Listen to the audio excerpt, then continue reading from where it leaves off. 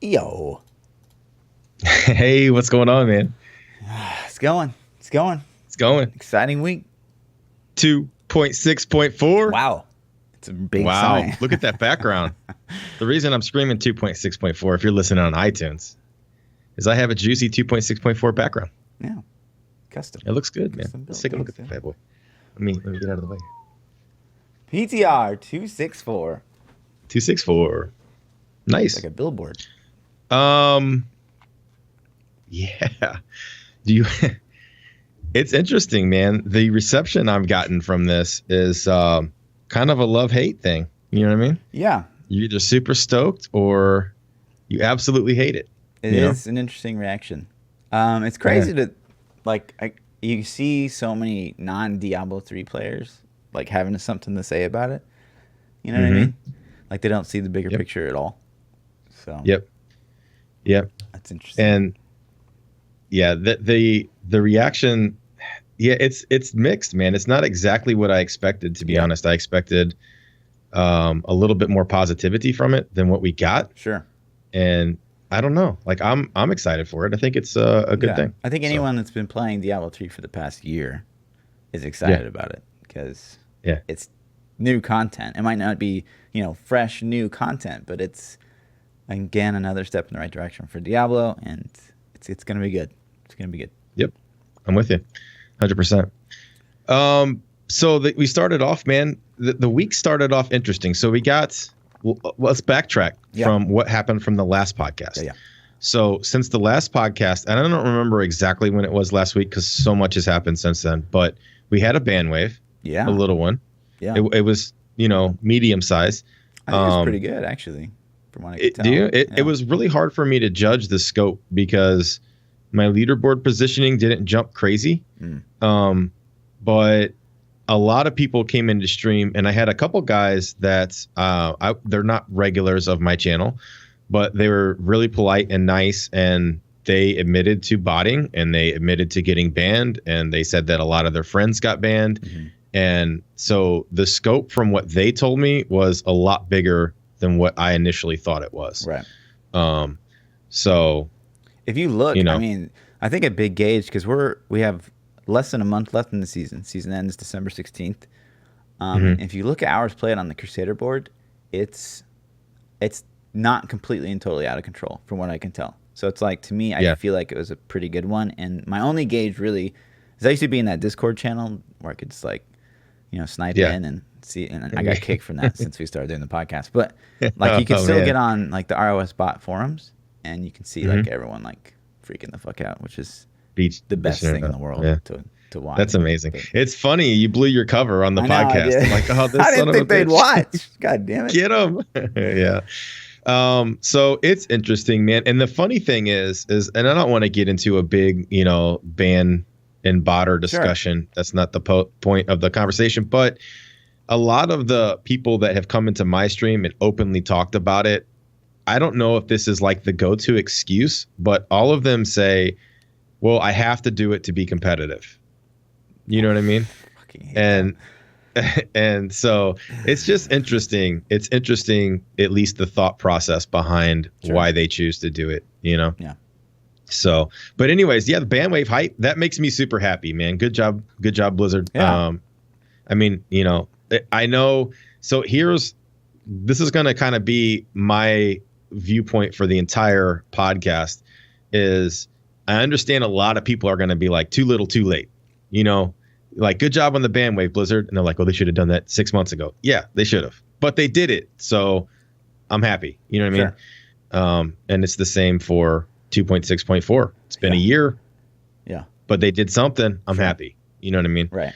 So, And we're gonna go through them, and then I think at the end I'll kind of raise my thoughts on why people are rejecting it so hard, not just because of Diablo Immortal, but we'll talk about. I that agree too. Yeah. But yeah, So the patch notes.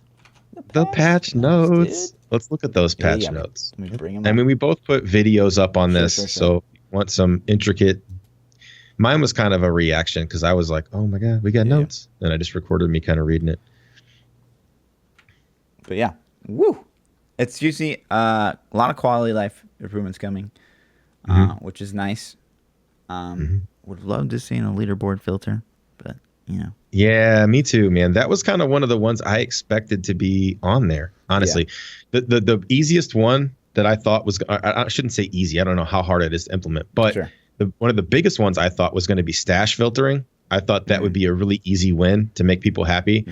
And then leaderboard filtering. Those were two that I was kind of on. But yeah, so what do we got there? Read those quality of life that we got. Let me go down. Yeah, so we get 5 more armory tabs, bringing the total to 10. That's huge. That's just fucking great. This is like wasn't even on my radar of in the possibilities of things to get. And so this one was, in my opinion, probably the best, and maybe tied for first place with more stash space. This is awesome. There are so many builds that I won't even attempt to try because I don't have the armory space. And then you level up another character, and then you're flip-flopping characters, and you're like, gems are on the other one, and it's nope. So then you just end up not doing it. Right. So this is huge. This is cool, especially with all these new set buffs we got. Oh, yeah. So it's great timing with another big balance buff. So couldn't be happier about that. People are always like, oh, I never see you play like this build you have on YouTube. And I'm like, I got 5 tabs. You got no space. Right. Yeah. So the only other part that boils into that is the stash tabs. I mean, it would be so nice to have the ability to store the gear for all these sets that I want to try. And we just don't. There's no way you can store even all the sets. Yeah. I'm going to get that to an extent, though. But like every seasons, it's fine, I think, honestly. But but non-season though, it's the worst. Yeah, it's the non-season that really kills you because you have all these characters, and so you're trying to like store the gear on the character, and then you can't actually play it, and it just becomes nasty. I hope that's in the works for each class. I still have a mule for each class on my account because I can't store enough. Yeah.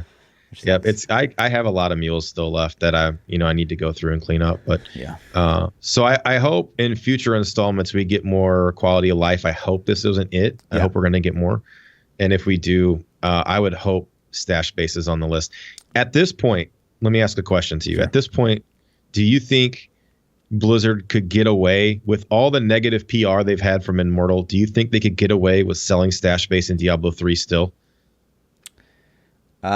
In the current state of affairs, I think it might not be the smartest play, but I'm with you. You wait like a few more months, it'll probably be totally fine and welcome with open arms. Prior to BlizzCon, I would have said 100% yes, they could have sold stash space without probably hardly any backlash from the community. Or even at BlizzCon. How great would that be, right? Yeah, at BlizzCon, they just like, here, buy stash space. Right. But now, after the Immortal stuff, and people are just looking for any little thing to destroy Blizzard with. I mean, some of the stuff I get is just, it's ridiculous. You know, people are so angry and just looking for anything to get mad about. I don't think they could now. Right. I would love to see it still. For sure. I'd still buy it. Yeah. I think, 3 to 6 months from now, if they did it, it'd be fine. In future patches. Yeah. But right now, it'd probably be a bad idea. Right. Which is unfortunate because, all of us Diablo 3 players, we would love that right now, even with the current state of affairs. But, for the company, it would be a bad play right now. Primal Legendaries. Are now marked on the map, and they have a red beam and a red border. That's really cool. It's really cool. It kind of deflates a little bit of the ID process because now you already know that you didn't get a primal through all that loot. It makes the vendoring and destroying of things a lot easier, I guess, because now you don't have to worry about destroying one. But at the same time, like let's say you get a furnace drop and you see a red beam, then you know to get excited. But if you see a red beam and you can ID that it's a nail biter, you're just like, it's the fucking nail biter. You know what I mean? No, I get it for sure. I do like a lot of people. So you're gonna get one now. Also, while we're on the subject, you're gonna get one now as soon as you do your 70, which is when you unlock primals. And actually, like the feedback on this has been all over the place. But I actually kind of like that because before, when you would unlock, primals on your account, it was just like, you do GR70 solo, but you don't really know. No confirmation. Everyone's always like, have I unlocked primals? It's because it could be days before you saw one. Yeah, So, this is the exact same thing I had. There are two really good points to this, and the first one is that a lot of newer players or non-hardcore players aren't sure of themselves when they unlock primals, and this guarantees and confirms that. right. And secondly, it gives you a primal. Like, you're not waiting 3 days for your first one; you have one instantly. Sure. Even though it's going to be garbage, more than likely. So it's kind of like your confirmation, like, hey, you just unlocked primals. You did it. Here's one. You did that thing. Right. Yep. And the chances of it being really good, guys, is Are still so pretty low. So, I mean, there's gonna be that guy. There's gonna be that demon hunter that gets a primal Yangs on the first drop. Yeah. And we all know he's gonna come into every stream, every YouTube video and be like, "Look what I got." You know, we hate you already. Or make a Reddit post like "Game's fine" or something bullshit. Yeah. Right. Yeah. Nerf primals. Yeah. You know. So. So. Yeah, I think it's cool. I think it's it's one primal. Yeah, and we talked about testing the PTR tomorrow with trying to see if you can delete your character and redo that achievement to get another one. So we're gonna test that out because that could be stupid broken. Also, Greater Rift Keystones are now in Materials tab, which. It's a small. I hope that didn't take a lot of dev time, because I don't necessarily think that was probably worth your time. If that took like a week or more, it's probably not worth your time. So for me, it freed up like 1 to 2 spots in my stash. Right. I mean, because I never have a huge stack anyways, and it's like I keep them in the stash anyway, so it doesn't matter at all. Yeah. But what would have been really cool is if they put gems. Yeah.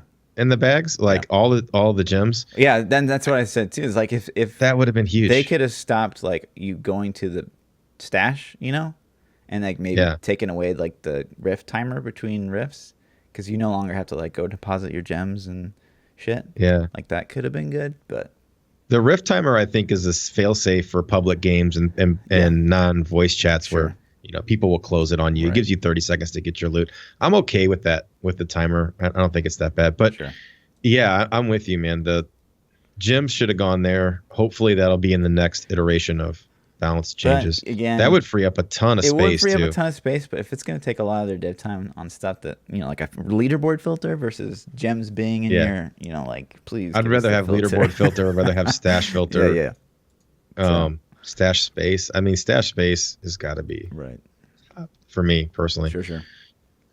But yeah, you can't. So Paragon that's all the quality of life, I believe. No, you can't Paragon swap anymore, dude. Yeah, that's cool. I like that, man. Honestly, like I never did it anyways, so it doesn't affect me whatsoever. But I know a lot of the top tier meta gameplay did it, and I know some of the solo, even like the Cold Lance. Yes, Cold Lancer. Cold Lancer was a skill that did it. So of course I'm stoked. So I think that's amazing. I don't understand why that wasn't a thing from day one. So Star Pack solo did it too, didn't they? Or, I don't know. I'm not sure. Maybe. They definitely did in groups, and so I'm curious how it's going to affect the gameplay, but we'll see. Yep. So that's a cool change. Yes. That's a good looking change. They put this whole big paragraph in there, and like I don't even think they needed that whole first paragraph. They could have just said Paragon points. Right. Yeah. I mean, the second bullet point is like spot on. It's like that's all you need. Right. So, but at least they're trying to give us the philosophy, and I think that's kind of cool when they put the notes out and they say like this is our reasoning for doing these things. I like that too. And it that's cool. Yeah. I like it. So. And some stuff with like joining friends during rifts and stuff like that. Again, that's okay. I'm not sure that was maybe worth your time over other things, but whatever. I wonder if that's more of a console thing, because I feel like it's probably harder to get games on a console than PC. I don't have any validation for that, but I think that maybe people are trying to get into Greater Rifts that don't have friends, aka Switch, maybe, because adding a friend on Switch is like a painstaking process. It's not very easy at all. And so maybe it's a deal where people were trying to queue up and they couldn't find players. I think that's probably more targeted to console. Does Switch have the Nemesis? Are you familiar with the Switch at all? I haven't played it. I don't know if it's got that Nemesis thing where your buddies die and I haven't followed it at all. I've seen like Riker and Bloodshed playing it, but I haven't touched it. Me either. But yeah, and then we get to the seasonal theme. Oh yeah. Um, Oh yeah. honestly, if you would have shown me this, I don't know, a few seasons ago, I've been like, that's really stupid. But seeing Yeah. it now, I'm like, okay. So what you're saying is when you're starving, Yeah. Right. anything, a Right. hot dog looks like filet mignon, right? Exactly. You know? Um, but yeah, so Season of Grandeur, we basically get Ring of Royal Grandeur for free, which reduces the number of items you need for a set bonus by one, Hmm. which is great, other than the two set bonus. So yeah, this is going to be pretty impactful. We kind of went through last night and 3D crafted a lot of the Necro. It doesn't make a ton of difference on most of the Necro builds, unfortunately, at least the ones that I've created. Yeah. I'm curious. I think this is going to be pretty cool to play with on some classes. Yeah. Obviously, I think some classes are going to benefit way more than others from this buff. Like an example is like you can get the endless walk set on Tal Rashas now. Yeah. You know, That's and crazy. that's going to be big. Yeah. It's going to be really big. That's just one of the things that comes to mind. Sure. But I think this is going to be a thing that when we lose it, we're going to be like, damn. Yeah. You know? And we had so this conversation with Wyatt Chang, because Wyatt Chang was like, what would you guys think about a seasonal buff of Lon like getting boosted? Yep. And we were like, I mean, that's cool, I guess. And I, of course, displayed my disdain for Lon, but yeah. I was like, it's cool, but like you're gonna give it power to players and then you're gonna take it away, and like people never like that in games. So yeah. So I'm curious. I'm really curious about what's going to happen at the end of the season. It's going to break builds. It's going to reduce power. So the next seasonal follow-up is going to need to be equivalent, if not better. You think? And it's already got me kind of wondering, like, okay, well, what are they going to give us to, next season? That's juicier than this. Sure. Because they've opened the door now to items. It feels like any legendary is on the table. So you'd have to go like, season of elements, and then they put a convention of elements. They give you convention for free. I don't know. I mean, it seems kind of it seems like it's a whole new rabbit hole to go down. Yeah. That I don't really want to go down it though. I want new things, and so part of me is just like you said. I'm excited for this because it's going to give us new builds and new things to play with. Gonna shift the but meta. At the same time, like this is like an appetizer. I want a main course that is much more than this. Sure. So, right.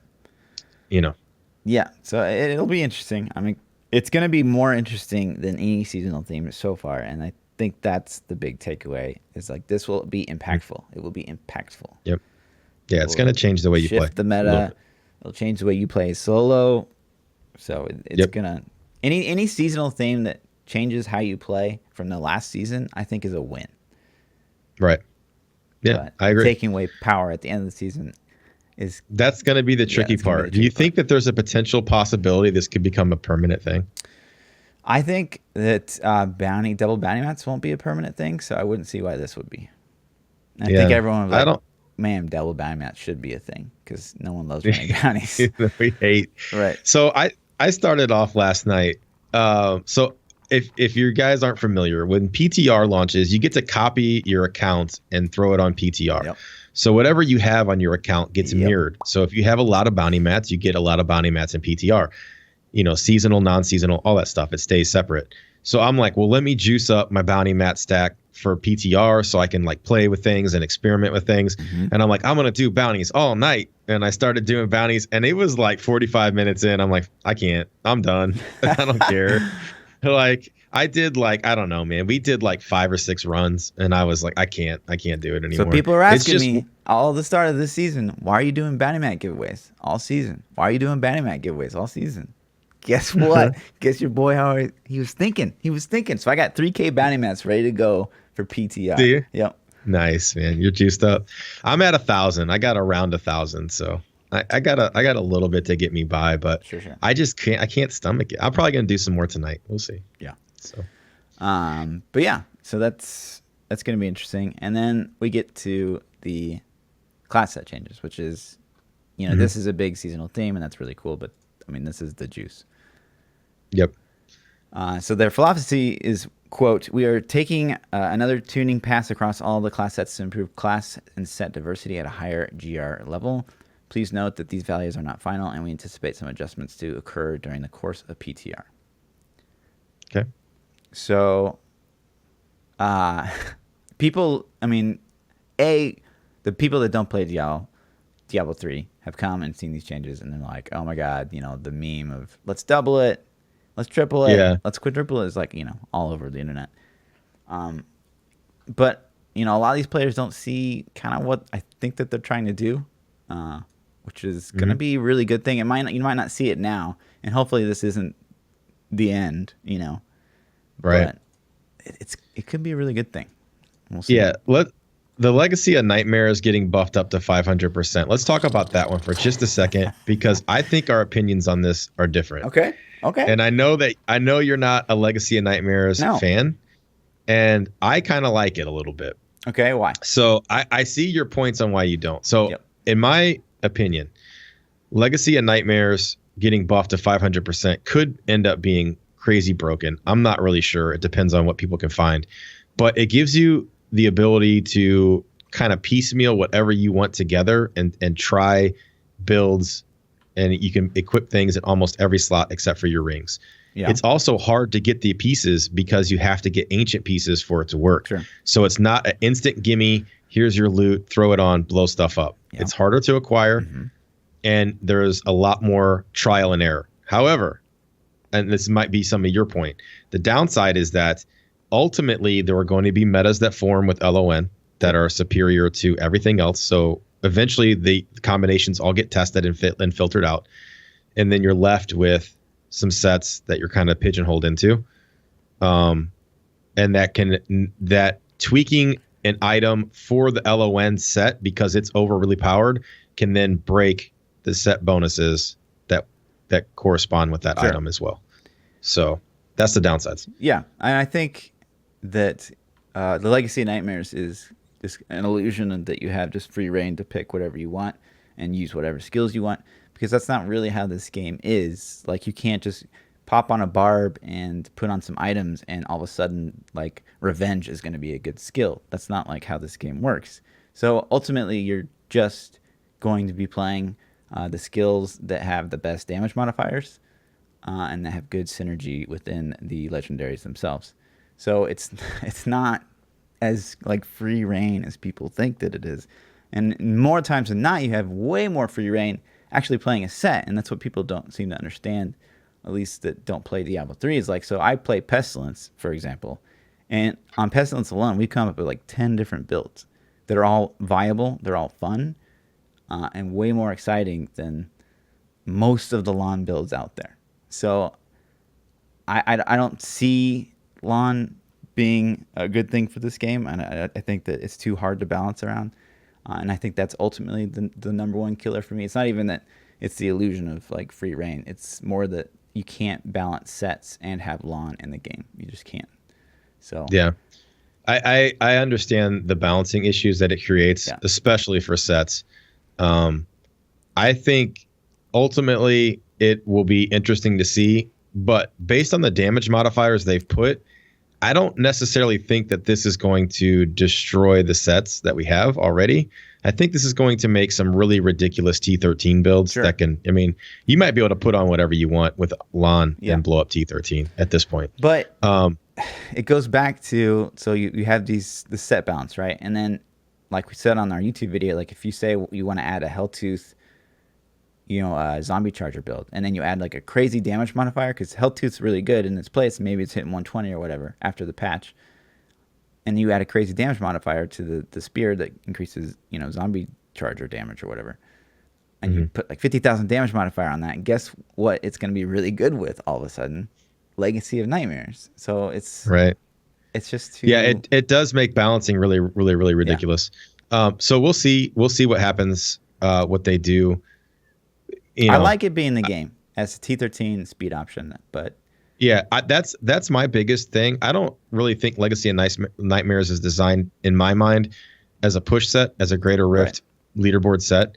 To me, it's a T13 blow up things with skills that you may not normally get to use, you know.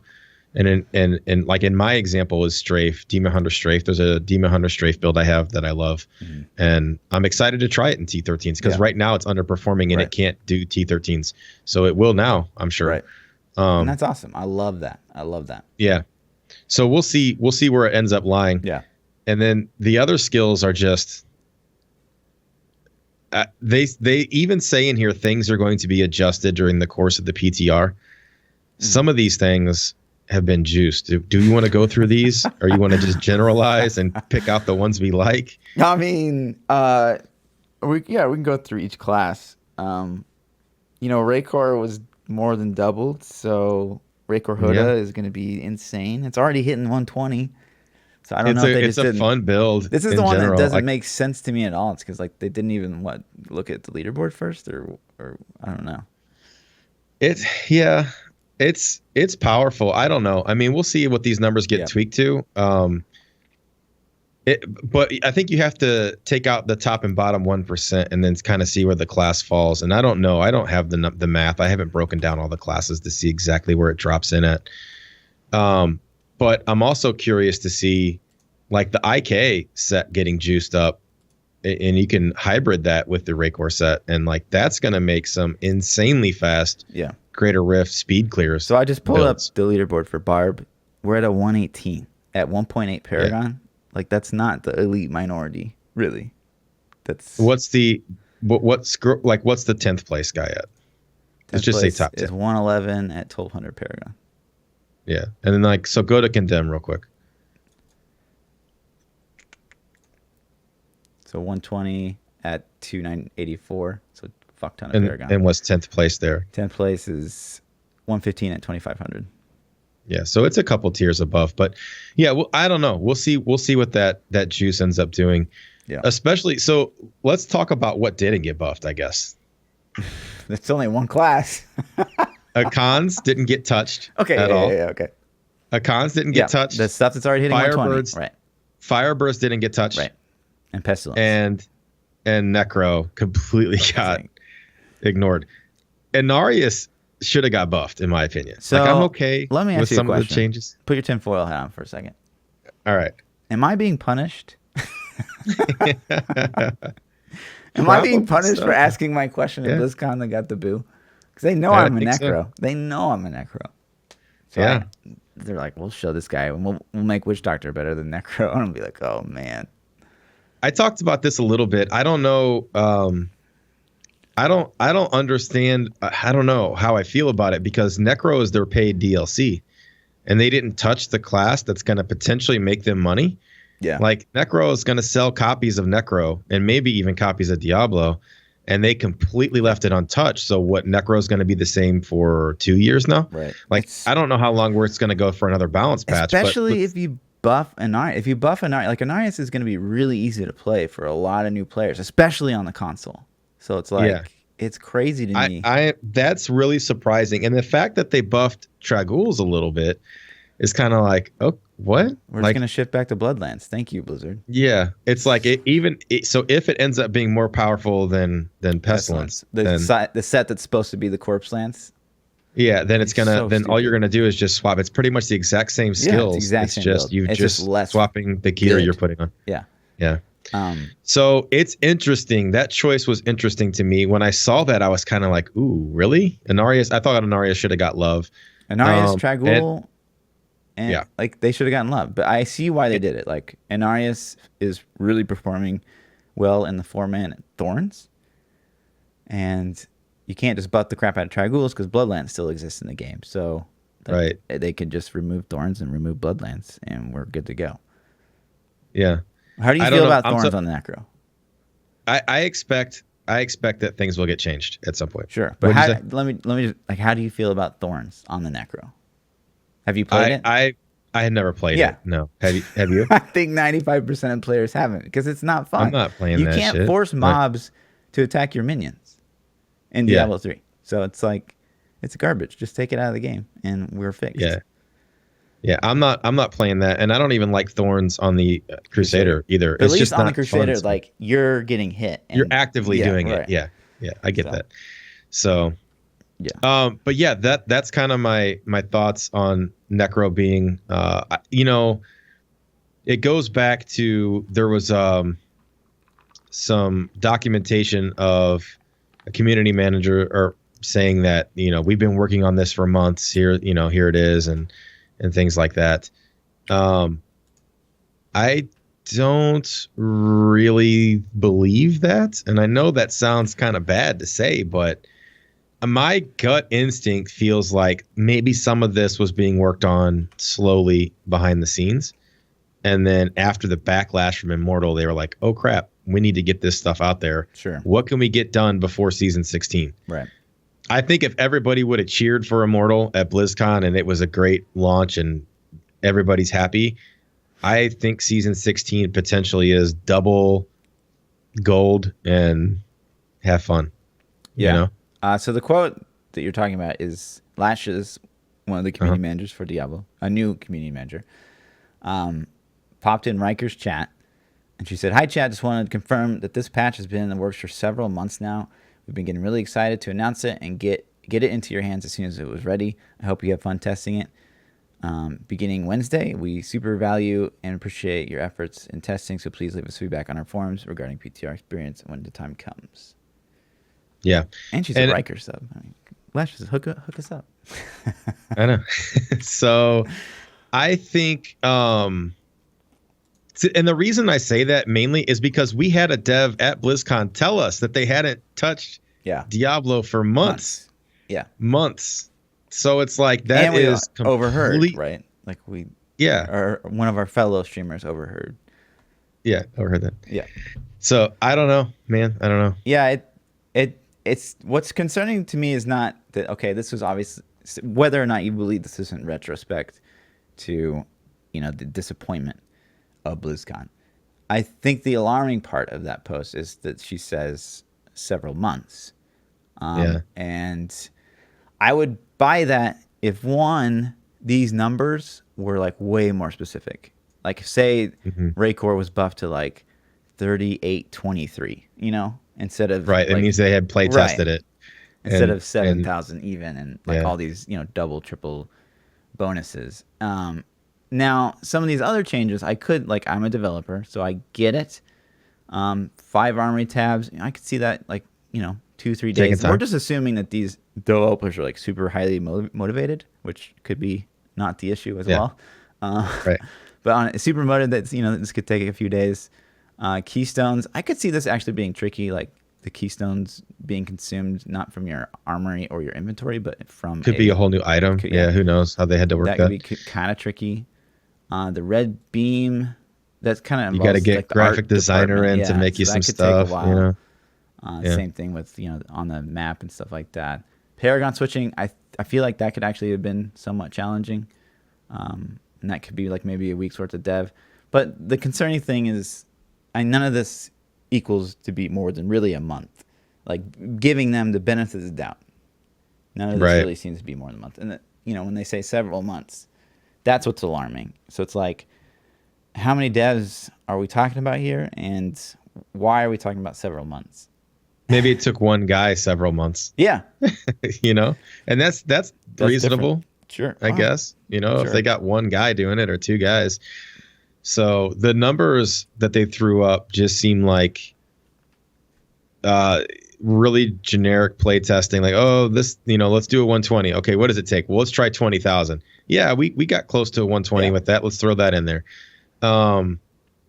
But it's cool, man. I mean, we've been saying for months, just throw some zeros on stuff and balance things out. And it seems like that's what they did. Yeah. It seems 100% like they did exactly what we were asking for, which was put a 0 on the end of some numbers and let's have fun. I think, again, if this is a step in the direction that we've been talking about in this podcast week after week, where they're going to buff, the metas of every set to do a 120, and then maybe after that we can start adding damage modifiers to other items because we know we never have to touch set bonuses again, then we're talking. Then we're like, people need to see the value. But the problem is we have no idea if that's the route. So my thing is, if any Blizzard people are listening to this, this is a great first step. Like, people are upset, they're angry, they're mad. But they don't see it, right? We get that, okay? That's fine. Yeah. you got to start making amends somewhere. Blizzard has to start making it right somehow, right? Sure. And if you choose not to forgive them, that's on you. Yeah. You know, that's fine. Sure. I'm not mad at you for that.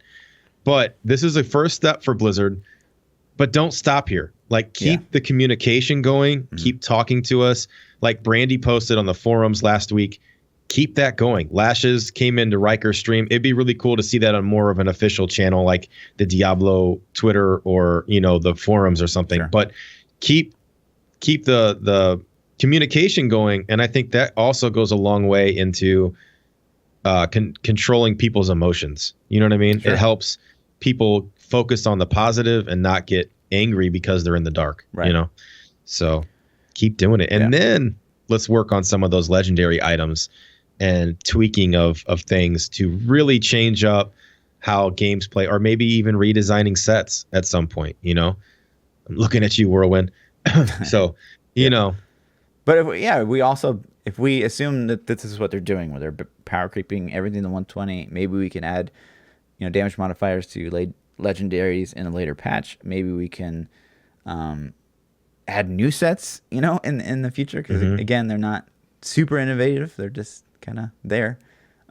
It would be, you know, it'd be a huge step in the right direction. I know people are going to get, you know, upset because they're like, oh, you know, this game's all about sets. And it seems to be, from what I've read on YouTube for the most part, is people have a big problem with when they hit level 70 and they put on, you know, they get their Hadrix gift done. They go from, you know, Master, Expert, T1 to immediately like T13.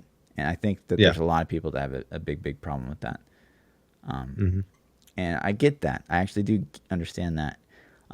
There's one really cool suggestion. I want to hear what you thought about. I wouldn't know if it's cool or not, but one of the things was suggested. So say you get your level 70 done, you finish your Hadrix gift, and then you get like Legacy of Raycor. And the set bonus, 6 pieces, is like 1,000. And then up until like Paragon 1K, every Paragon level, you're kind of unlocking more of your set bonus. Okay. So so your item level, so to say, would scale with your Paragon level. Right. It kind of works like that now with your strength main stat, but if they just took that a step further and had that just really integrate. Creates, right. Yeah, like it really created. I think that's okay. That's kind of cool. I like that. I don't hate it. You know what I mean? I'd have to think about it a little bit and kind of plan it out. But just my initial reaction is like, okay. Interesting. Okay. Right. Yeah, because I'm with that. And a lot of people are also calling for T13, 14, 15, 16, all the way up to 20. And like, so here's my thought on this. And like, I'm a little conflicted because I see both sides of it. But my philosophy on T13 is it's the casual playlist for Diablo. And the reason they buffed all these sets and they're giving us LON and all these things are so we can play whatever we want to play and clear the top tier casual content. Yep. Okay. If we want to go hardcore or competitive, then we do Greater Rifts. And then that is where you have to focus down and narrow into the meta and continue to play the meta. That's kind of my thought process on that. Yeah. And if we take T13s and we juice them up to T20s, then what we've done is we've now eliminated all of these sets that just got juiced up to do T13 are no longer viable because nobody wants to farm T13s if a T20 option is available. All you want to do is the top tier content. Sure. And so you're not going to do that. So now you're going to be forced to play probably a very similar meta to the Greater Rift in the Torments, and it's going to pigeonhole the play styles you get to choose from. Yeah. That being said, the other side of the fence is I don't play seasons. I only play non-season, and I have 5,000 Paragon, fully primaled up, augmented gear. I need a challenge. I can understand them wanting T20 because you're going to destroy it anyways. You know what I mean? But why would their challenge be a T20 instead of a GR 100? That doesn't make sense to me. Because you can't farm the keys and the other things that you get out of the T13s. So they're wanting the reward of more keys that you would get from T20? Is that their argument? I guess, or maybe Death's Breath or yellow and blue mats and things like that. Maybe just the casualness, I guess, that's associated with the T13. So I kind of see both viewpoints. I am in favor of the T13 staying. That's I fall on that side, but I can see the other viewpoint, and maybe, in the comment section, which I'm opening a can of worms, you can say your suggestions on why you're on the other side. If you think T20 should be in, I'm interested to hear your viewpoints if you have some good reasonings that, maybe I'm overlooking and not seeing. Yeah, it's like you said, and I share the same opinion. Like the worst thing that you can do is be pigeonholed into running meta, both inside rifts and greater rifts. So I like that you can just run basically whatever you want for T13. And we're going to see even more T13 builds spawn out of all these set changes. So I'm all for that. T13 should be whatever you want. GR is time to get serious. So right. Yep. Same thing. Same opinion. So, but yeah. But that's kind of some of the backlash I've heard. I've also heard, it seems to me that there's kind of 3 different crowds that are coming out of the woodwork with all these controversial, Diablo things, right?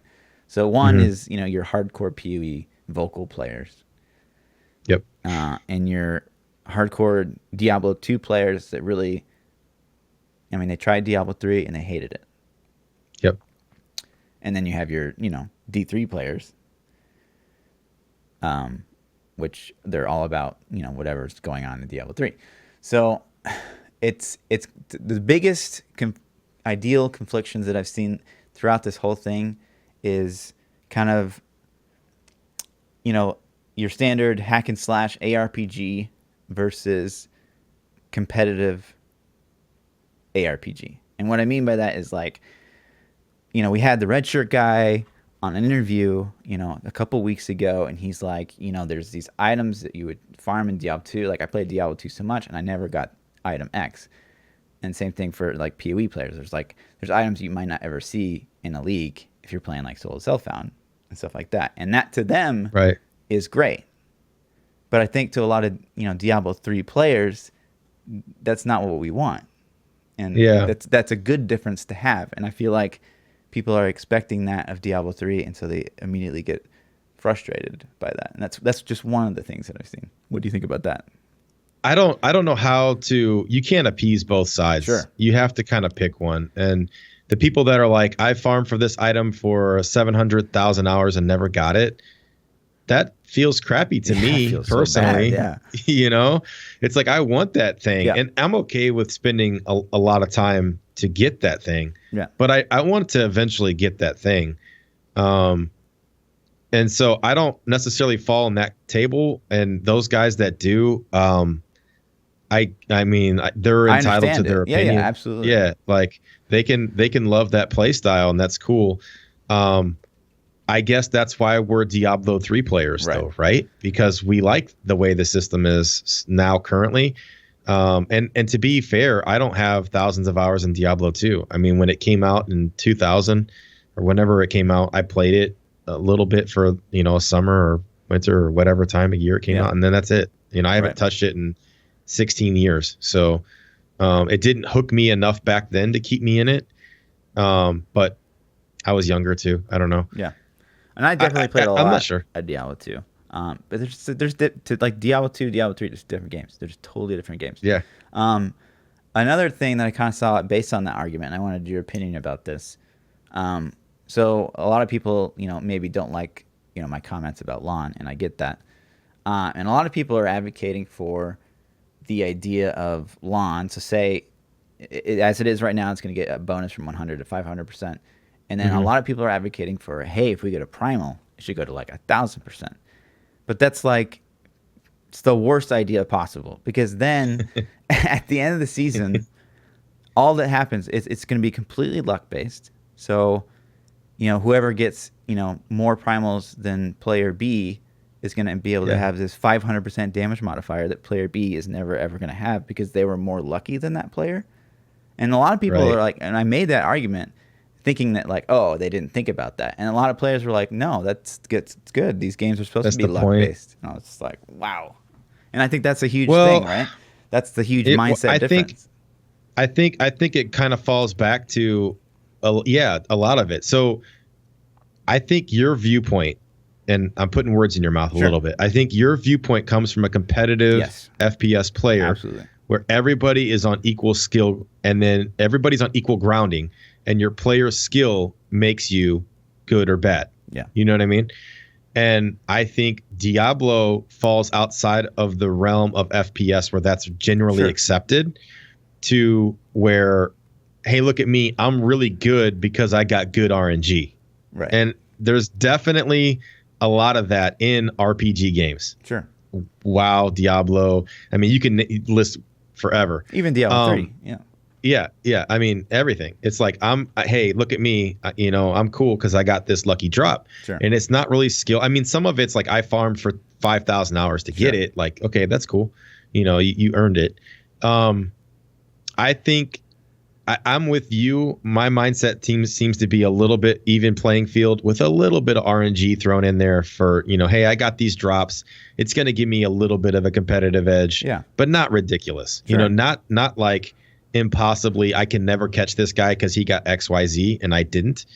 Yeah. It's like, man, this guy got XYZ. He's going to have a little bit easier time than me. But if I'm a better player, I can still catch him and beat him. Exactly. You know it's what I mean? like a perfect primal weapon is in fact a huge advantage in Diablo 3. Yes. But if I'm going against a guy A that has Paragon 3000 and a perfect primal weapon, and I got the best ancient I could find, and I'm the same Paragon, like I'm confident I'm going to go up against that guy and beat him with skill, right? Whereas if it's like this guy has a damage modifier that I can't even have because I don't have a primal in that slot, like that's not competition. That's not Diablo 3 to me. Mm-hmm. So I think that's the disconnect. Some of this might go back to Primal Dust too, to help fix that thing. I don't know, man. It's Diablo is such a weird IP for that kind of stuff, because it's like you need the game to be RNG based, but yet you want the game to be competitive, and those two things are really hard to put together. Right. And I don't really have a good suggestion to even do that. Right. But I agree. I don't think the Primal LON thing. It sounds kind of cool. Yeah, in theory. It would be cool because you're rewarded for you finally get that. So it does sound cool, and I see the coolness factor of it. Sure. But at the same time, on leaderboards, it would be bad. Right. Yeah. But it would be fun though. Yeah. I mean, I don't know, man. Like I see both sides. Yeah. So, but for the competitive standpoint, I think you can't. It'd be broken. Maybe you could do that non-season. I don't know. Maybe. I don't know. I mean, on console, aren't everybody full primals anyways? I have no idea. Console. I don't know. Anyways, but another argument I see all the time is economy versus smart loot. If the Diablo 2 players seem to like economy, the PoE players like economy. In Diablo 3, it's just not that game. So I think that's a huge disconnect that comes. People are expecting. I don't see an economy working in the way Diablo 3 is built right now. You'd have to redesign everything. Smart loot was like one of the best things ever to come to the game, especially with the removal of the auction house. Sure. And I think that's why a lot of people play Diablo 3 is that they don't. I would rather earn the loot than trade for it, though. Right. I don't want to trade for mats to craft things. I don't want to have to rely on somebody else getting something for me. Right.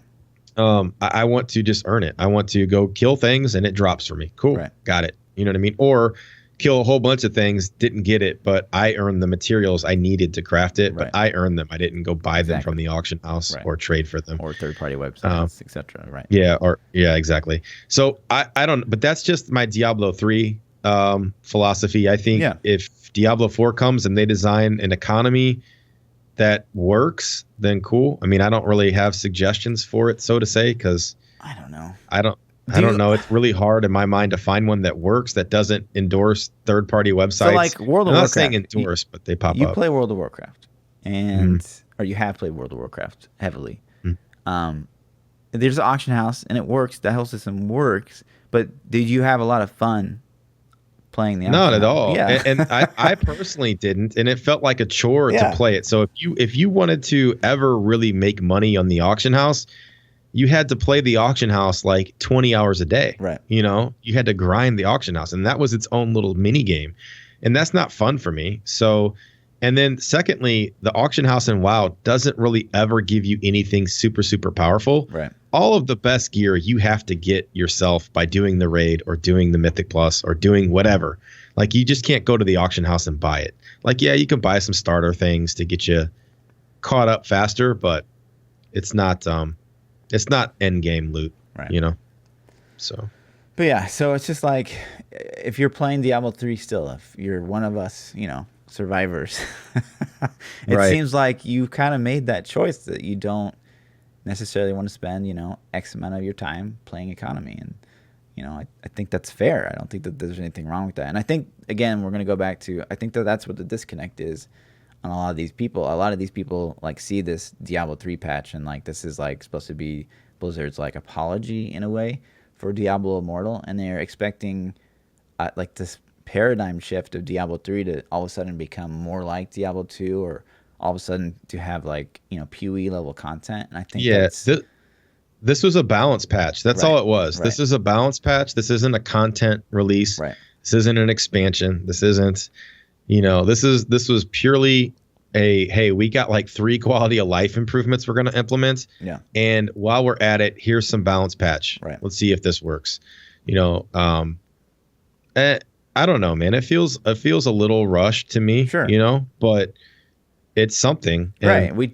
I'm excited, and see the you got to see the icing on the cake, man. This is going to I would be really surprised if this doesn't completely shift the 4-man meta. Yeah, of course. I would be really surprised if this doesn't give us a lot of options other than rats. Exactly. Rats are still going to be viable, and they still might potentially be the best. Could be.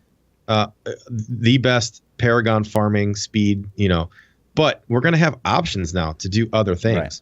Right. And they may not even be the best anymore. We don't know. Sure. But this is going to change the way we play the game. Like, how excited is it going to be for all of us to log in and not be like, yo, looking for 2 rats and a Z-neck? Right. You know what I mean? Like, and I could just be like, hey, I got a Raycor Barb, and somebody else is like, I got a Tau Wizard. I'm like, all right, cool. Let's go blow stuff up. Right. You know, we can just smash some 100s. And it's not even, it's so there's that too. But, like, so say you're a huge Crusader fan, and you just, like, you know, when you're playing a game like Diablo 3 and, like, so Condemn being where it's at, like, it feels bad when knowing in the back of your head that, hey, like, Condemn's right here, and, like, maybe you really love hammers, and you're, like, struggling to speed a riff like GR80, and when you know that Condemn can do, like, a 95, like, in the same time, it's just like it eats at you. And so, like, balance is it's gonna be a good thing, boys. So you're not gonna play Invoker when you can't clear a 75. Right.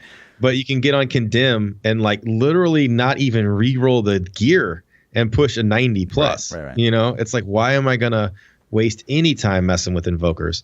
And it's like, I did that last season. I love Blessed Shield. I wanted to be a Captain America Crusader. You know, I wanted to run around and just kill everything. I spent 3 days trying to make a Captain America T13 build that was even close to as viable as Condemn. And you couldn't do it, man. It wasn't possible. It's like, I can make it work, but I can get on my Condemn Crusader and go twice as fast. So why am I going to play this? Yeah. You know, and I gave up. Sure. So, and that's one of the reasons I think Necro, to me, like, people ask me a lot of time, what's your favorite class? What's your favorite class? Well, I always default kind of to Necro. And I'm like, and here's my reasoning.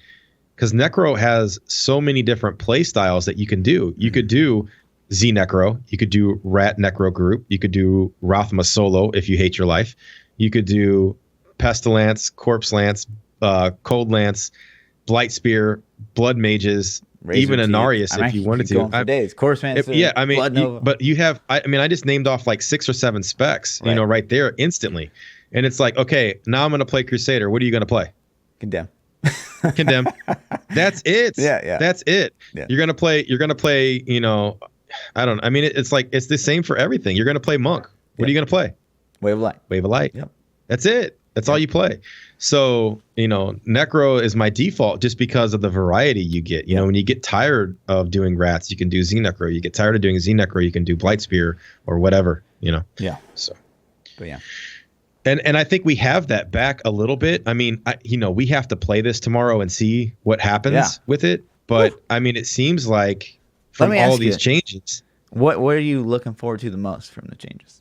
Oh man, I am so conflicted between two classes. Okay. Tal Rasha is my favorite set in the game. Okay. I love Tal Rasha Meteor. I love that build. All right. All right. It's going to be juiced out of its it's gonna be mind, insane. right? I mean, it's going to be insane. And What's the Tal I Rasha really bonus? like Barbs. Let me look at it real quick. Oh, it's like it 750 to 3K. Yeah, it's going to be 12,000 with 4 stacks, man. 12,000. That's going to be nuts. So I love Tal Rasha's, and the fact not even Tal Rasha's Meteor, but that's going to open up like Tal Rasha's Explosive Blast. Frozen Orb. Yeah, it's gonna open up Frozen Orb. It's gonna open up Explosive Blast for T13s. It's going to do the Meteor build. It's going to do even the Tal Rasha's Veer Archon hybrid builds. I mean, there's going to be so many things that Tal Rasha's can do. You could probably even get a Star Pact Tal Rasha set going. I mean, there's going to be some crazy things that are going to happen with Tal Rasha's. Yeah. So that looks really intriguing to me. And then also, I'm a Barbarian fan, man. It's kind of always been like my favorite class, even though it's, I play it not a lot anymore. All through vanilla, that's all I played was Barb. I don't think I even played anything else. So Rakor getting juiced up, good Lord, that's going to be destruction. Yeah. And then Immortal Kings, like that's got me excited for all the hybrid sets we can make with the Immortal Kings and just Immortal Kings itself. Yeah, it's going to be nuts. The Leapquake build, Might of the Earth. I mean, those numbers look ridiculous. I haven't played it in so long. I don't even know. I think this is actually one of the safest buffs on this whole list. Because Might of Earth is like such a static build. You know what I mean? Like there's not a ton of variation and it's a very specific play style, so I think that this would be the easiest. This would be one of the easiest sets to balance Might of Earth, in my opinion. Yeah, that'll be fun to play. I don't really like playing Might of Earth that much. It's fun for a little bit, but then I get tired of fighting the leap mechanic. It gets cumbersome sometimes trying to go where you want to go. Yep. And then the Waste set is like my favorite T13 build. I mean, who doesn't like spin to win? This one's gonna be weird because like everyone's gonna love this and be like, yes, whirlwind finally.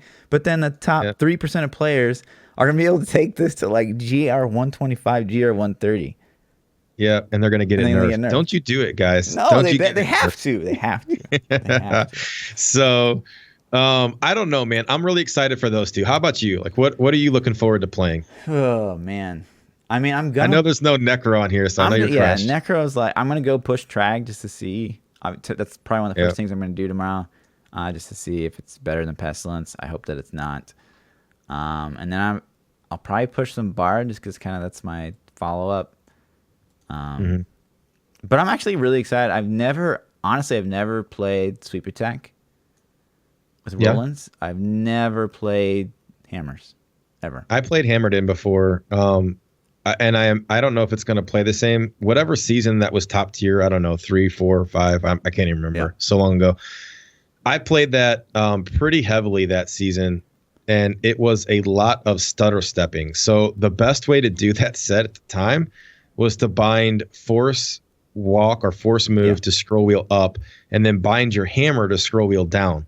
And then you could literally just take your finger and just go back and forth. And I remember pushing a rift, and it was going to be, at the time, it would have been like a top 20 clear. And I'm pushing it and I'm running, and my hand cramped up. And I had to like pause the game, and I'm like shaking my hand out, doing like this. I'm like, oh my God. And you're nervous, you're sweating, and I'm like shaking my hand out.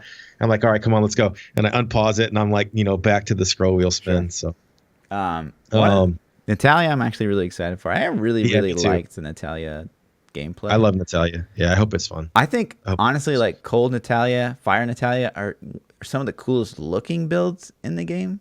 Like when the cold one, especially like the demons like fly in and like kamikaze and freeze up. I think it looks just baller. Yuliana's, that could be cool. Everyone's and that's going to hybrid too. Yeah. It's going to hybrid with the N6 M4. I'm afraid that one's going to be a little juiced too. Yuliana? No. The Natalia's Marauders. Yeah, I hope Natalia doesn't get nerfed because of the I want that to be a top tier for once in its lifetime. So like juice that up. Leave it good. Yeah, Wave of Light. Oh my God. Yeah, Wave of Light's gonna get a little bit of buff. Yuliana is gonna get a buff, which would be pretty cool. I haven't played that in a long time either, so it'll be interesting to see. But yeah, I think those are the and ones. Then Witch Doctor got a lot of love, which is needed. Though that's one of the least played classes for me ever. I don't have hardly any time on Witch Doctor, so it's hard for me to judge a lot of these things. Like the seconds going up on the Jade set to like 10,000 from 1650. I mean, mathematically, you can break down what % increase that is, but that, that looks like a pretty massive jump to me. That's big. So we'll see how that plays out. I could see maybe even with the LON set, like the Spirit Barrage LON Witch Doctors, could maybe be top tier again. Yeah. I don't know. I think Blessed Shield Lawn would be pretty darn good with these changes. Yeah, exactly. And maybe we can even get some Fire Bats Witch Doctor going and break some servers again. Like that was always a good time, just completely like, see how long you can keep the game locked up. So, but it'll be fun. But any calls for what's going to be clearing the highest GR before the first round of nerfs? Demo Wizard, man. Demo, you think? Yeah, I think. Dude, it's already done like 125. It's already doing 125, and you're gonna give it like what is that jump, man? That's like over double. I mean, that to me has got to be one of the front runners. Raycor Barb is pretty juiced too, but I'm gonna put my, Delceers is where I'm at. Yeah. How about you? Yeah, I think DMO could be pretty sleeper. Raycor is kind of like the obvious choice just because it's like, it's already performing crazy well, and they're way more than doubling it. They're almost tripling it. Yeah. So, but yeah, we'll have to see. Telrashi could be really good too. Yeah. But yeah. Woo. It's going to be tomorrow's going to be an exciting day, man. The patch notes also in the bottom for those of you that, have never done a PTR before. They have all of the steps that you need right there listed on how to get in the PTR step by step.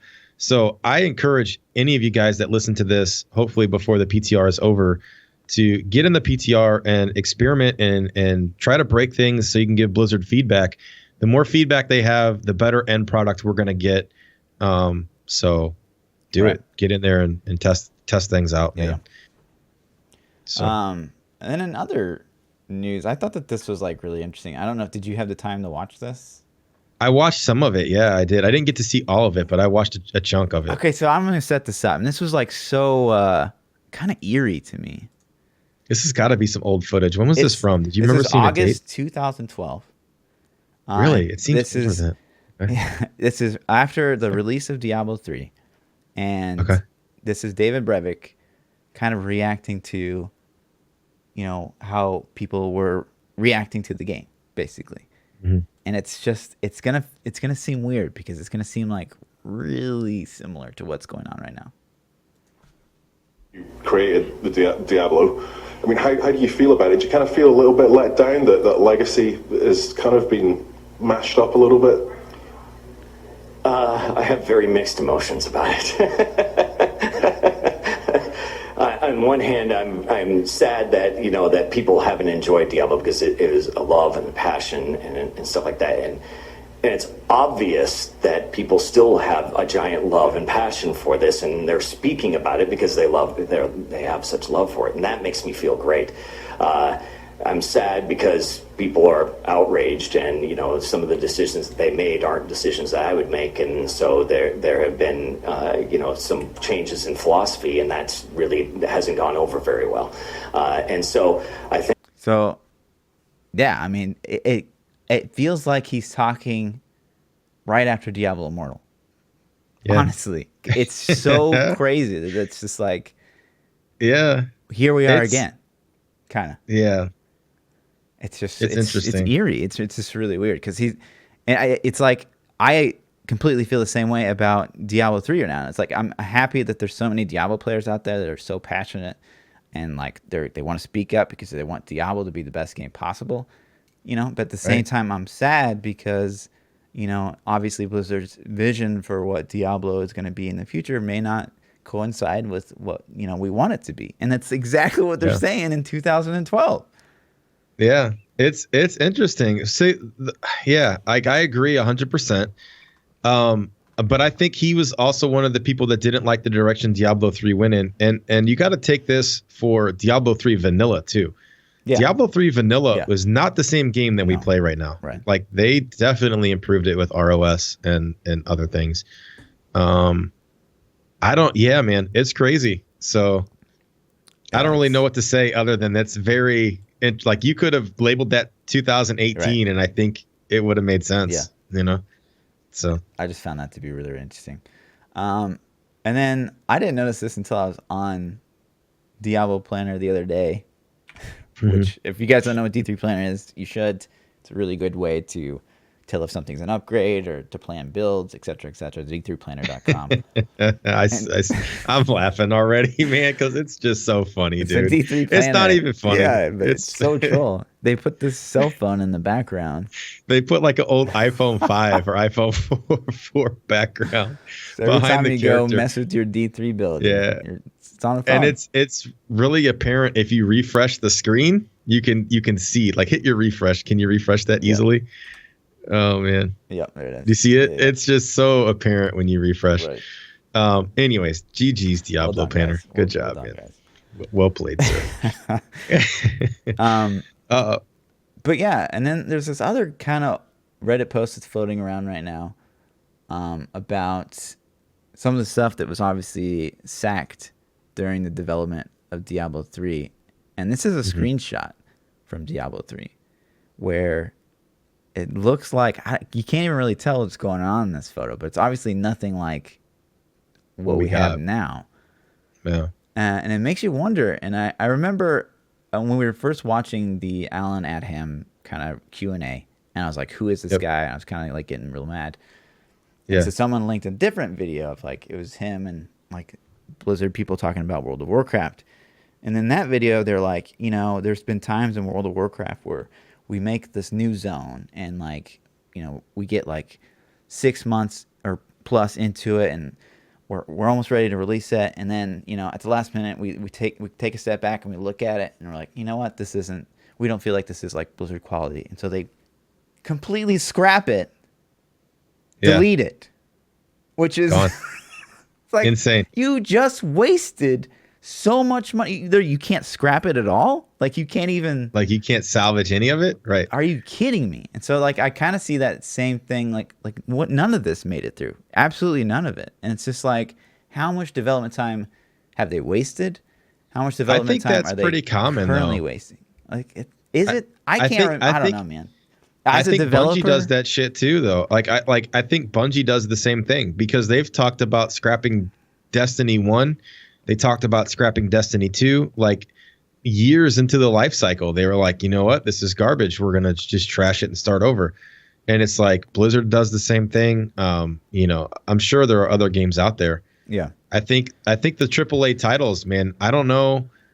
I'm not in that world, so I don't know how that development process goes. Sure. I don't know how you can step back and look at things earlier on in the process and say, like, you know what, this is going to be booty. Right. We need to I've figure out certainly something been else. in projects where, like, a month to 3 months in, it's like, well, maybe we've come out with something since like the spawn of this meeting or this feature that we can just kind of like maybe sack this all together.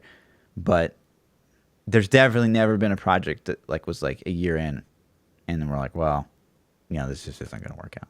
Like you have to salvage something from that. Like it's just, that's just crazy to me. That's so crazy to me. And so that, I just thought I'd throw that in there because and maybe that's why the games are held to such a high standard and they're so good, though, is because they don't let these crap ideas through. You know what I mean? They're like, you know what? This is garbage. Get rid of it. Right. And then it goes like, so then you look at a game like Path of Exile that they never do a PTR, right? They pump out content like crazy. And, every league is just like, hey, what do you guys think about all this crazy stuff that we just did? And it's weird because that's not Blizzard's stance at all. Yeah, like they're kind of in their own little niche right now. I mean, and to be all right, let's jump to this. You brought it up, so we're gonna skip to it. Let's talk about PoE, and like everybody is talking to me about PoE now. Like everybody, I can't. Yeah. It's in my stream. It's in my Twitter feed. It's in my Discord. I know you're getting it shoved down your throat too, right? My YouTube has become a PoE forum. So It's crazy. And like, don't get me wrong, I'm not hating on GGG. Sure. I'm not hating on PoE. I haven't played it. Right.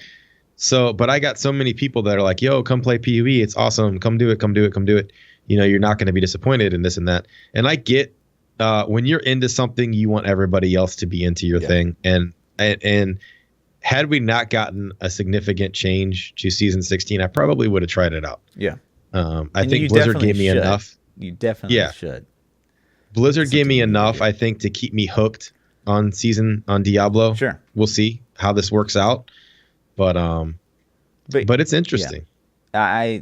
I get so many times per day on Twitch, even more on YouTube for some reason. I don't know if they're just promoting their own game. I don't get it. But have you tried PoE? Yeah. What do you think about PoE? It's just like, guys, yes, I played PoE. Oh my gosh. It's funny. And then let's just skip gears. Let's switch it up. Okay. Let's talk about Lost Ark for a second. Ooh. Lost Ark.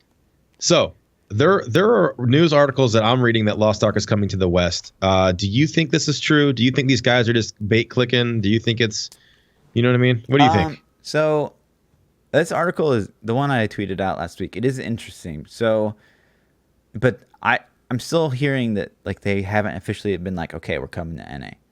But what this article is saying, and they kind of sold it as it is coming to NA.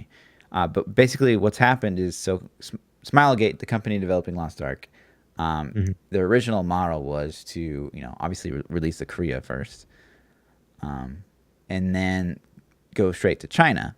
And I didn't really know about China's weirdness with games and media until, kind of the Diablo Immortal situation. Yeah. But China, I guess, is not accepting game licenses at this time. So Smilegate. How does that even make sense? I don't know. I don't get it. Sense. I don't understand any of it. But so Smilegate's like, okay, well, I guess, now we can skip China and go to where we, like where the next big area would be, which is EU NA. So right here. That's good news for us. I'm happy that China is not accepting licenses at this time, but yeah, it's hopeful that it will. At the very least, I've read that they're going to add an English patch to their Korean client. So you still have to You started a new account recently, right? Yeah. So everyone always comes like, why'd you start over? So I had an account, but as soon as you get hit with like kind of a re-authenticate, it's called a re-verify. But it'd be like you try to authenticate with Blizzard and like it's like no, like make sure you can 2FA through your phone or something like that. Right. So as soon as you get hit with the re-verify, like you're gone forever. Yeah. So then I found like a real account so that I can re-verify, and so I just decided to re-level because it didn't feel good doing endgame knowing that I could be banned at any second. Anytime. Right. So yeah, I made it to the endgame with a battle master on the original account, and I'm about to hit the endgame again on the Berserker. So how long did it take you to get to endgame? Long time. It's no joke, and we don't even have the full like story mode. So we have basically 3 of 7 steps, and I would say the campaign takes about 40, 50 hours to get through. Wow. Yeah. It's impressive. Right. I mean, is it 40, 50 hours because you can't read Korean? No. Or is it 40 or 50 hours? No, because like the second time through, I'm like super confident. I'm flying through stuff. Nothing's like, oh, what am I supposed to do? Like I know what to do. And it's still taken like, we're on our 3rd stream and we were doing like 10 to 16 hour streams. So it's like, that's crazy. And we're not even. That's cool. I like to see that, man. I like to see a game that's got a little bit of work to get to endgame. Right. You know?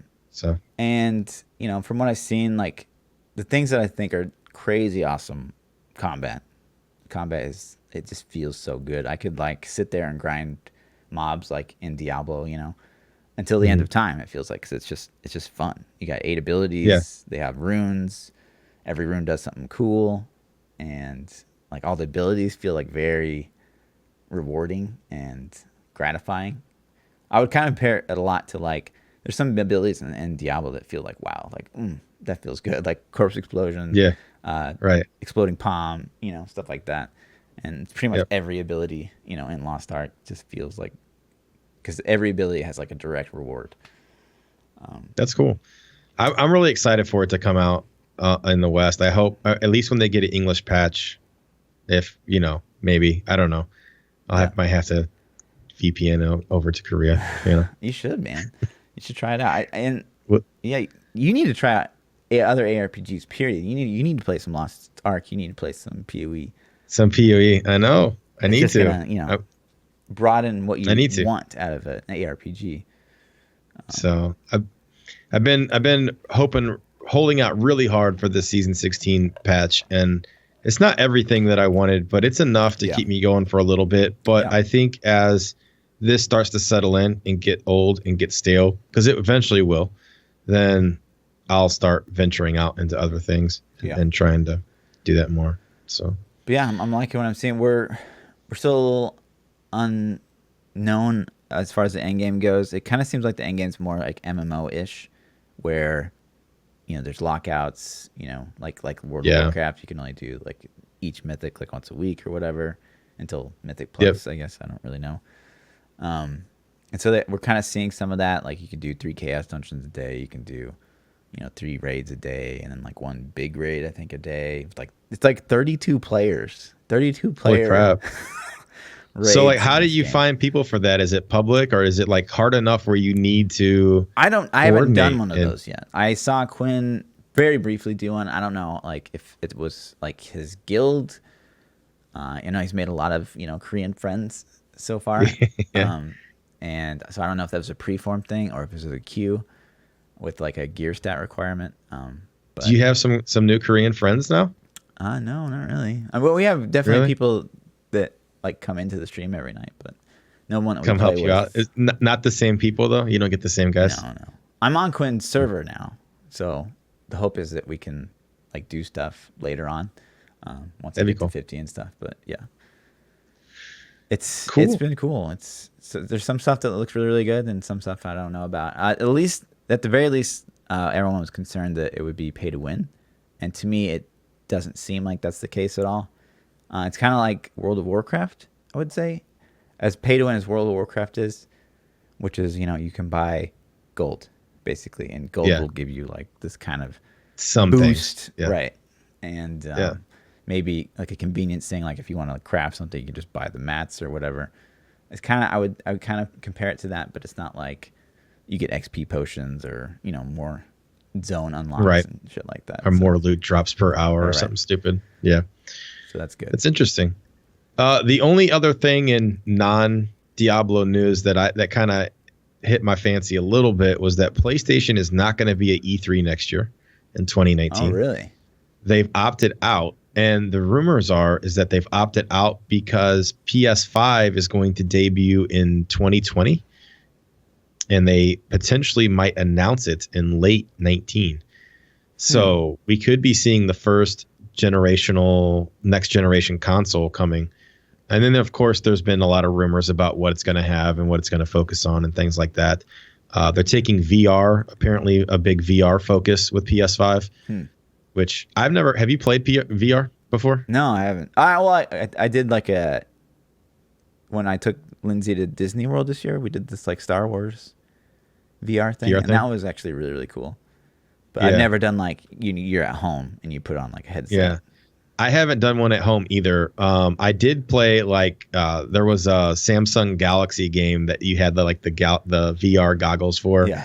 And it was like pretty cheesy, but it was actually entertaining for a good hour. I played this VR game.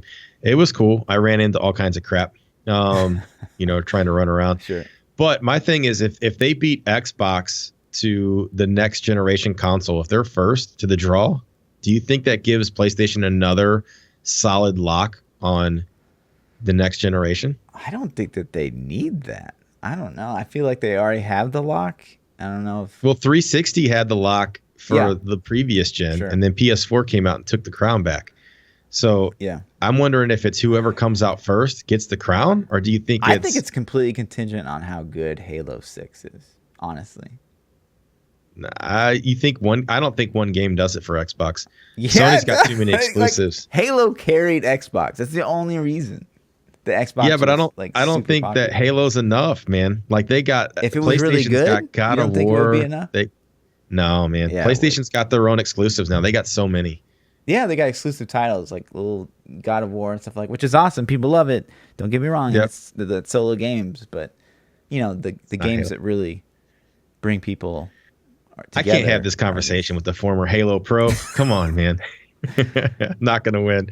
Yeah. I'm not gonna win. I give up. But it's interesting news to me, man. I think I'm excited for the next gen consoles. I don't play console a lot, but I'm still a gamer at heart. I still love gaming. So I'm excited for anything gaming related. Well, how long ago did the PS4 come out? Dude, it's been forever. It came out in like 14, I think. 13, 14. It's going to get to the point where these consoles, man, it's just like every year, like you upgrade your phone. It's going to be like PS7, PS8, PS9. Well, there's already rumors that this could be the last generation of consoles. And then after that, we might go to like a rented hardware platform. Have you already seen? Yeah, we did talk about that. They rent. Yeah, they rent CPUs to you. So anyway, that's a whole nother. I hope we don't go down that road. I don't know. We're over a little bit. You want to hit up some Twitter questions? Yeah. You got anything else you wanted to talk about real quick? That's it. That's good. Okay, cool. Let's do the Twitter questions. Demonic Grizz says, with the release of the patch notes and theme for season 16s, which builds are you most excited about testing and running next season? We kind of hit that a little bit. For me, it's Tal Rasha's. I'm going to say I think there's a lot of fun in Tal Rasha's. It just sucks that there's nothing necro. That's like, I know. It gets me a little emo. Yeah, I don't know, man. You can say none. It's okay. I guess off the top of my head, Tal Rasha Frozen Orb Speed Farm would get me the most excited. Okay. You can roll with that. Gutless says, how long do you think this current balance patch will hold over, and do you anticipate more quality of life changes in the future? Man, I give this a season.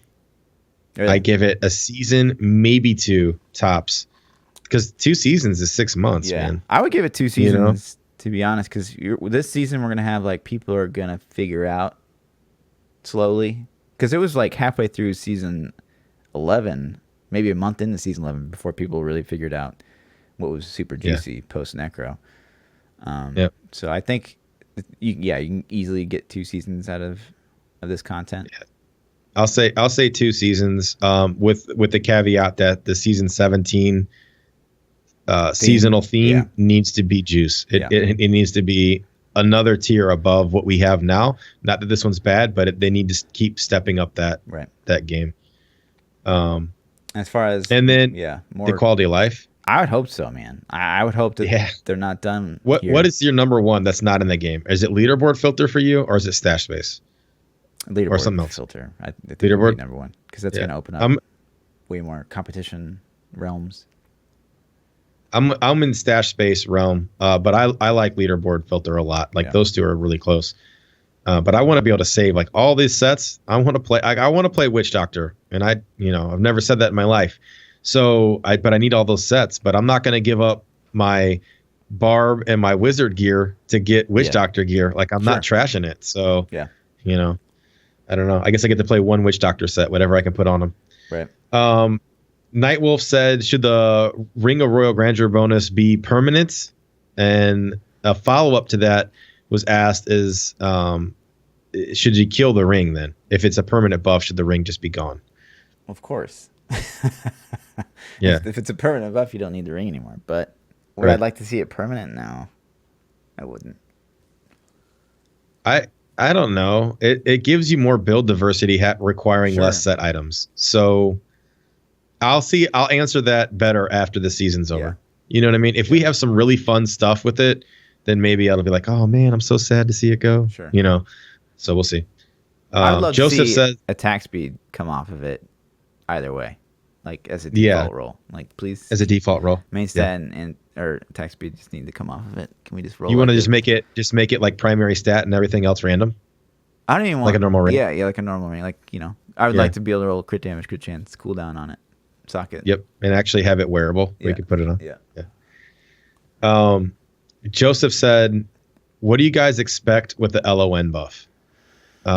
We kind of talked about LON a lot in detail, but It's going to be juicy. I don't know. I mean, clearly it's going to be 5 times stronger than what it is now. Yeah. But how that's going to fall, I don't know. Yeah, so. I don't know. I feel like people are going to find something with it. But it's going to that's the thing about lawn is like there's going to be some things that work way better than anything else. And, you know, because of that one setup, like say Blessed Shield's just like God tier lawn. And like there's other stuff that's okay. You think there's any LON Necro sets out there lurking that maybe you can theory craft or try to find? Is that something that you might be interested in doing? That we're going to play tomorrow, but I don't know that, like, because like your damage is going to go up, but your toughness stays the same. So right. I don't know. That's something we didn't hit on at all, really, is the toughness changes. And I think we meant to, but I think we glazed over that portion. At least I had it written down. Do you want to... There are no 4-set bonus changes. There are no toughness increases. This was all pure damage. Yeah. So... I'm okay with it. Are you? Yeah. I think some of the classes might have needed to get looked at. Specifically, some of the Witch Doctor sets. I mean... I don't know, man. If Necro can survive survive a 120, like yeah, your wizard, your Witch Doctor can survive. We'll see. You'll figure it out. We'll see how it goes. Obviously, more damage is more defense too. The faster you kill things, the less you're staying running for your life. Yeah. So we'll see how that plays out. But I'm curious if they're going to take feedback like, "Yo, we're so squishy. Can we get a little bit of toughness increases on these specific sets?" And hopefully that gets pushed in the PTR, or they'll at least be open-minded to that. So right. And then Chaos said, with the release of the patch notes, will either of you guys give Witch Doctor a try in Season 16? I don't know, man. It depends on how good the other things feel. Yeah. I mean, I would say maybe Season 17. But this season, probably not. Yeah. I'm probably on board with that. Unless, for some reason, there's a 4-man meta. Like, I kind of like playing Fire Bats in the 4-man meta. I think it was kind of fun. Mm-hmm. Probably not going to happen. But if it's, like, ridiculously juicy, then maybe I'll try it out. Yeah, I think to me it also depends, like, can we come up with a speed farm build that's, like, really, really fun to play? And that's always been kind of a challenge with Witch Doctor. Mm-hmm. But anyways. I don't play Witch Doctor enough to know if Chicken Build really got juiced up from this. Chicken Doctor uses the Helltooth set, so it did, I would think, by default, right? Yeah, everything got juiced up, so by default. I mean, I would think by default it got juiced up. Right. So Chicken Doctor should be pretty fast. But I don't really play it. Yeah, I don't like the way Chicken Doctor plays. Like, you're just like really fast, and you're like an elite sniper, but you literally kill nothing in between elite packs. So I don't love that. Yeah. And not when you can wave a light, just destroy every single thing on the screen, Right. So, and Snuff asked, with the buffs going on right now, Blizzard's attempt to fix other sets. Or let me read this one. With the buffs going on right now, do you feel like this is Blizzard's attempt to fix other sets, or is this them trying to appease D3 fans from the Immortal Backlash? I think the Immortal Backlash definitely played into this, 100%. Well, why couldn't it be both? Yeah, I think it probably is both, honestly. But I think had we not had a negative reception to Immortal, I don't know if we would have got this. I really kind of feel that way. Let me ask you this, okay? I wrote this down, but we forgot to talk about it. The trifecta is what I call it. What if at BlizzCon we would have started with Diablo 3? We see this stuff. And so we're like, okay. Woo-hoo. All right, cool, yep. cool. Yep. And then we get the letter D and a 4, or the D and the number 4 on a screen. And then we get mobile. How do you think everyone would... That's like insane amount of content. The difference in attitude would have been insane. Unbelievable. But again, I think that I don't personally feel, I mean, dude, I haven't worked on the game in months. We've been working on this for months. Like, those are two conflicting things. I don't feel like this was a thing until the backlash happened. And then I think it was like, oh crap, what are we going to do? I think there were meetings that went on the first night of BlizzCon. Like, those guys probably didn't go to sleep. You know what I mean? And they were like, All right. They're calling up the D3 devs like, what can you get before season 16? We need it by January. Right. You know what I mean? Well, we could probably do this and this pretty easily, and we could get an art guy to make this red, and you know what I mean? Sure. But yeah, I don't know. It's a plausible scenario. Yeah. It's hard to say, man. Who knows? Someday maybe we'll find out exactly when it went down at this BlizzCon. It's gonna be like 2028. Such a good documentary. Like if they had documented all of this like the whole time, you know? Just a what happened BlizzCon what 2018. Right. Yeah, that would be so cool. Eventually somebody will leave and spill the beans. Sure. So, and then the last question we have, Rhaegar says, if you go to the movies, what's your go-to snack? Do I have to buy the snack at the movie theater, or can I bring in my own snack? Nope. Whatever you want, man. What's your snack? I feel like we kind of talked about this. I went with like dark chocolate Kit Kat or the Twizzlers filled twists. Twizzler filled twist? Okay. Yeah, I'm a nacho fan. I also smuggle in Snapple apples. You got to. You can't pay $10 for a candy bar. Freaking movie theater. I load the wife's purse up with Snapple apples. You know, she's walking in with this bag. It's like she's pulling her shoulder down. It's so heavy, right? But yeah, that's my thing. I feel like we have had that question before too. That's interesting. But that's all we got. It's our Twitter questions. Easy. So easy peasy. I know you're gonna go live after this and keep streaming. I'm going to go live after this and keep streaming. So if you guys want to catch more of me, I'm ThaPChild. You can find me at Twitter, Twitch, YouTube, everywhere at ThaPChild. Yeah. I'm Lord_Fluffy. Double those underscores on the Twitter. We'll see you guys next week. Peace out, dudes.